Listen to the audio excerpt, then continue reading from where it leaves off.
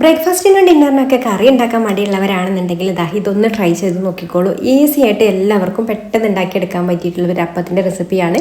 അപ്പോൾ ഇത് കഴിക്കാനായിട്ട് വേറെ കറിയുടെ ആവശ്യമൊന്നുമില്ല കേട്ടോ. നല്ല ടേസ്റ്റും നല്ല സോഫ്റ്റ് ആൻഡ് സ്പോഞ്ചി ആയിട്ടുള്ള ഒരു അപ്പം കൂടിയാണ്. അപ്പോൾ നമുക്കിത് എങ്ങനെയാണ് റെഡിയാക്കി എടുക്കുക എന്നുള്ളതൊന്ന് നോക്കാം. അപ്പോൾ ഇതിന് മെയിനായിട്ട് വേണ്ടത് പച്ചരി തന്നെയാണ്. ഞാനിവിടെ 1 കപ്പ് പച്ചരിയാണ് കേട്ടോ എടുത്തിട്ടുള്ളത്. നന്നായിട്ട് കഴുകിയെടുത്തതിന് ശേഷം ഒരു 4-5 മണിക്കൂർ ഒന്ന് കുതിർത്തെടുക്കണം.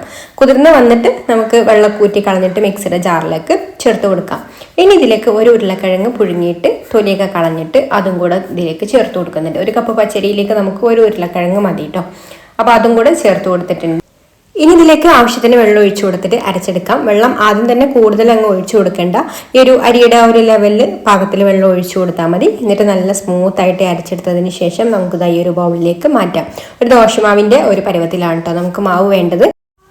പിന്നെ മിക്സിയുടെ ജാറിലേക്ക് ഒരു 1/4 കപ്പ് വെള്ളം കൂടെ ഒഴിച്ചു കൊടുത്തിട്ട് ഒന്നും കൂടെ അടിച്ചെടുത്തിട്ടുണ്ട് കേട്ടോ. ആ ഒരു മാവൊക്കെ കംപ്ലീറ്റ് അതിൽ നിന്നൊന്ന് പോരാൻ വേണ്ടിയിട്ട്. എന്നിട്ട് അതും കൂടെ ഒഴിച്ചു കൊടുത്തിട്ടുണ്ട്. ഇനി ഇതിലേക്ക് ഒരു സവാളയുടെ പകുതി ഇതുപോലെ പൊടിയായിട്ട് അരിഞ്ഞതും, ഒരു 1/4 കപ്പ് ക്യാരറ്റ് ഗ്രേറ്റ് ചെയ്തതും, പിന്നെ ഒരു ചെറിയ കഷ്ണം ക്യാപ്സിക്കം ഇതുപോലെ പൊടിയായിട്ട് അരിഞ്ഞതും, മല്ലിയില അരിഞ്ഞതും ചേർത്ത് കൊടുക്കുന്നുണ്ട്. ഇനിയിപ്പോൾ തക്കാളിയൊക്കെ ഇഷ്ടമുള്ളവരാണെന്നുണ്ടെങ്കിൽ അതും ചേർത്ത് കൊടുക്കാം കേട്ടോ. ഞാനിപ്പോൾ ചേർത്ത് കൊടുത്തിട്ടില്ല. പിന്നെ 1 ടീസ്പൂൺ ചെറിയ ജീരകവും പാകത്തിനുള്ള ഉപ്പും കൂടി ചേർത്ത് കൊടുത്തിട്ട് നന്നായിട്ടൊന്ന് മിക്സ് ചെയ്ത് കൊടുക്കാം.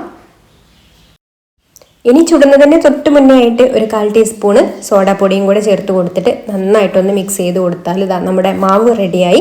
എന്നിട്ട് ഇതുപോലെ ഒരു അപ്പച്ചട്ടിയാണ് കേട്ടോ ഞാൻ എടുത്തിട്ടുള്ളത്. കുറച്ച് കുഴിയുള്ള ഒരു ചട്ടി എടുക്കാം. എന്നിട്ട് അതിലേക്ക് 1 ടീസ്പൂൺ വെളിച്ചെണ്ണ ഒഴിച്ചു കൊടുത്തിട്ട് നന്നായിട്ടൊന്ന് ചൂടായി വരുന്ന സമയത്ത് നമുക്ക് ഇതിലേക്ക് ഒരു തവി മാവ് ഒഴിച്ചു കൊടുക്കാം. മാവ് ഒഴിച്ചു കൊടുത്തിട്ട് പിന്നെ ഇതിൻ്റെ മുകളിൽ കുറച്ച് ക്യാരറ്റ് ഗ്രേറ്റ് ചെയ്തതും മല്ലിയിലയും ഇതുപോലെ ഒന്ന് ചേർത്ത് കൊടുക്കുന്നുണ്ട്. എന്നിട്ട് ലോ ഫ്ലെയിമിൽ വെച്ചിട്ട് അടച്ചു വെച്ചിട്ട് ഒരു 2 മിനിറ്റ് കുക്ക് ചെയ്തെടുക്കാം.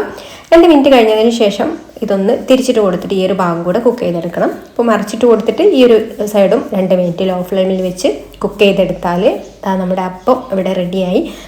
ഇതുപോലെ നിങ്ങൾക്ക് ബാക്കിയുള്ളതെല്ലാം ചുട്ടെടുക്കാം. അപ്പോൾ അത് ഇത്രയേ ഉള്ളൂ. നല്ല അടിപൊളിയായിട്ട് ടേസ്റ്റിലുള്ള നല്ല സോഫ്റ്റ് ആയിട്ടുള്ള അപ്പമാണ്. അപ്പോൾ ഇതുപോലെ ട്രൈ ചെയ്ത് നോക്കാത്തവരുണ്ടെങ്കിൽ ഒന്ന് ട്രൈ ചെയ്ത് നോക്കിക്കോളൂ കേട്ടോ. ഇഷ്ടമായിട്ടുണ്ടെങ്കിൽ ലൈക്ക് ചെയ്യാനും ഷെയർ ചെയ്യാനും ചാനലൊന്ന് സബ്സ്ക്രൈബ് ചെയ്യാനും ഫേസ്ബുക്കിലാണ് കാണുന്നതെന്നുണ്ടെങ്കിൽ പേജ് ഒന്ന് ഫോളോ ചെയ്യാനും കൂടി മറക്കല്ലേ. അപ്പോൾ ഇനി മറ്റൊരു നല്ല റെസിപ്പിയുമായിട്ട് അടുത്ത വീഡിയോയിൽ കാണാം. താങ്ക്